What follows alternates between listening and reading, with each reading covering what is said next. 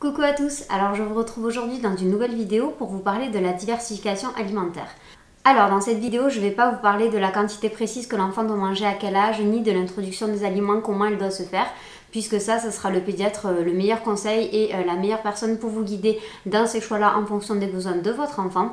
Je vais vraiment vous parler des conseils pratiques pour que cette phase se passe en douceur et que du coup tout se passe au mieux pour votre enfant et pour vous, pour cette grande étape qui l'attend.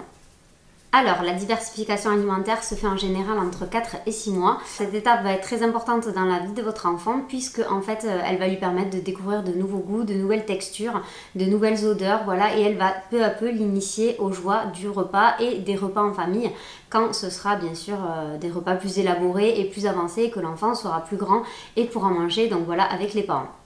Je vais donc vous livrer mes meilleurs conseils pour que cette étape se fasse tout en douceur pour vous et pour bébé. C'est parti! Alors mon premier conseil, ça va être d'installer votre enfant dans une position dans laquelle il est à l'aise et dans une position qu'il maîtrise. Donc moi ce que je vous conseille, c'est de l'installer en position semi-assise par le biais d'un transat par exemple pour qu'il soit à l'aise pour découvrir cette nouvelle étape. Mon deuxième conseil est tout bête, mais il va vraiment permettre à votre enfant d'accueillir cette nouveauté en douceur. Ça va être de lui proposer son premier repas quand il est vraiment disponible. Donc c'est-à-dire qu'il ne soit pas trop fatigué ou pas trop énervé, qu'il soit vraiment serein au moment où vous allez lui proposer son repas et que vous le fassiez dans un endroit qui est vraiment calme à la maison. C'est le meilleur conseil que je puisse vous donner. Voilà, pas tenter cette première introduction chez quelqu'un d'autre ou dans un endroit bruyant. Vraiment de le faire au calme à la maison.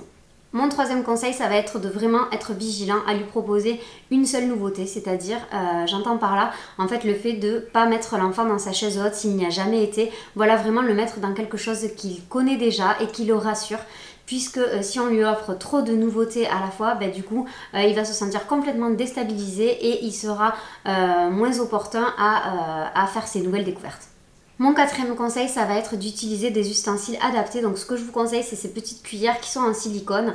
Voilà, donc celles-là viennent de la marque B.A.B.A, mais c'est vraiment des petites cuillères qui sont très adaptées puisqu'elles sont toutes petites, donc adaptées à la grandeur de la bouche de votre enfant. Et le fait qu'elles soient en silicone, la cuillère ne va pas être ni trop chaude ni trop froide et va permettre de respecter les gencives très fragiles des bébés.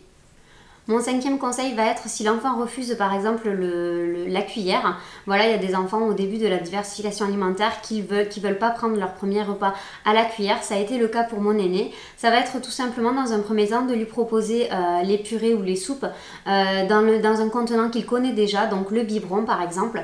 Voilà, ça va vraiment se faire progressivement puisqu'il y a des enfants qui acceptent pas et la nouveauté de la texture qu'on leur met dans la bouche qui est différente de celle du lait et donc l'instrument qu'on va utiliser pour le lui donner. Donc si votre enfant refuse, ça va être vraiment de s'adapter à lui, de le faire tout en douceur et dans premier lieu de lui mettre la purée dans le biberon tout en essayant régulièrement de lui reproposer la cuillère et petit à petit il va intégrer ce nouvel ustensile et il va l'accepter tout simplement et ça va vous permettre de donner au fur et à mesure la purée à la cuillère mais vraiment de respecter son rythme et voilà, si vous voyez qu'il refuse catégoriquement la cuillère, proposez-lui d'abord dans le biberon et ça va déjà l'habituer au goût et à la nouvelle texture et après progressivement vous pourrez l'amener à manger à la cuillère. Mon prochain conseil, ça va être de commencer par un aliment qui est plutôt sucré, donc par exemple de la carotte ou du potiron.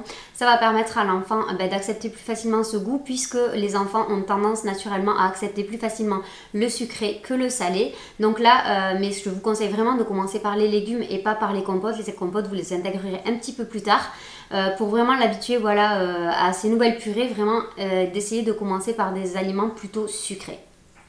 Mon autre conseil, ça va être d'introduire les aliments un par un, donc vraiment essayer de ne pas faire de mélange au début pour que l'enfant puisse savourer pleinement la saveur du légume qui lui est proposé. Donc voilà, faire une purée de légumes, de monolégumes on va dire, voilà, avec un seul légume proposé à chaque fois pour qu'il puisse tout simplement vraiment connaître le goût et la saveur de chaque aliment qui lui est proposé.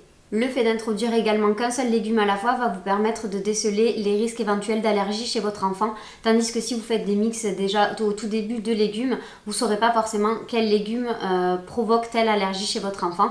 Là, le fait de les intégrer un à un, ça va vraiment vous permettre de cibler les éventuelles allergies.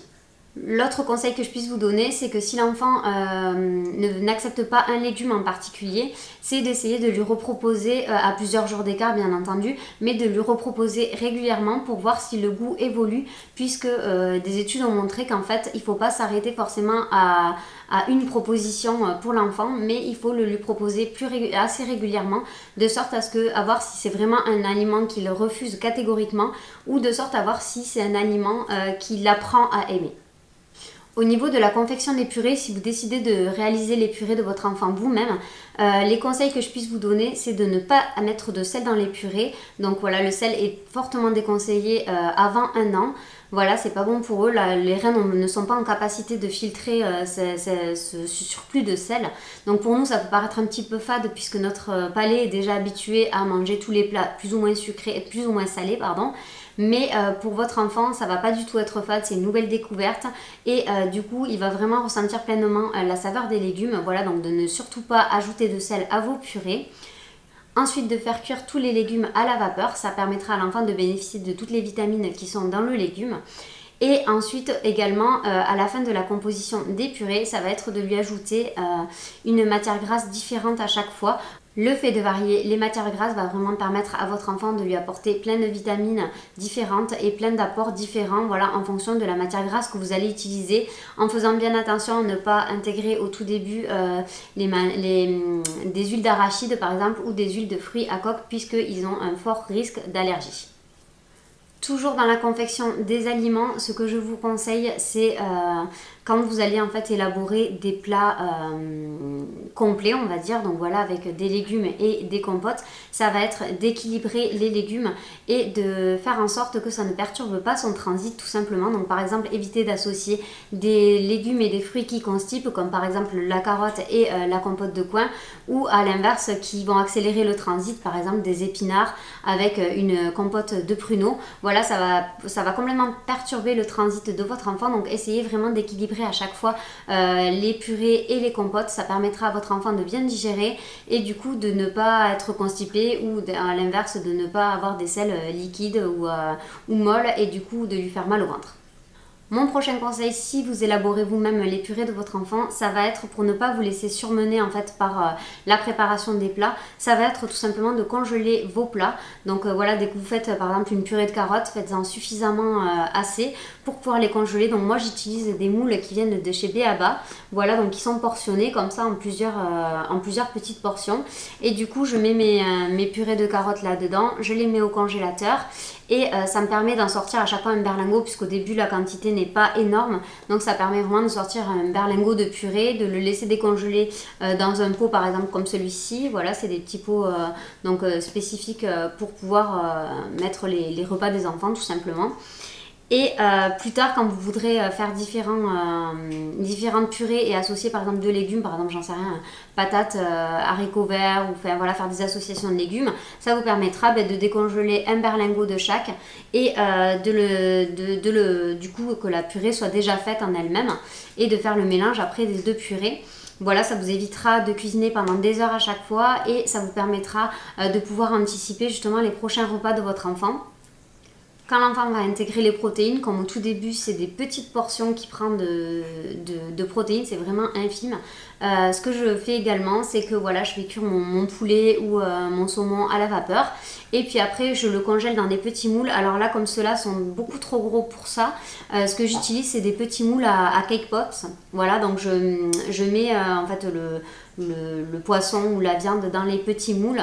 Et donc que j'ai mixé au préalable, bien sûr, je le mets pas en morceaux, je le mixe au préalable avec de l'eau. Et du coup, ensuite, j'en fais une genre de bouillie en fait que je mets dans ces moules-là et ça me permet de les décongeler et vraiment d'avoir la portion adaptée. Voilà, vous pouvez le peser avec une balance, comme ça vous savez exactement combien de protéines vous pouvez mettre dans le plat de votre enfant. Et du coup, ça vous permet vraiment d'anticiper sur la durée tous les plats que vous allez pouvoir proposer à votre enfant.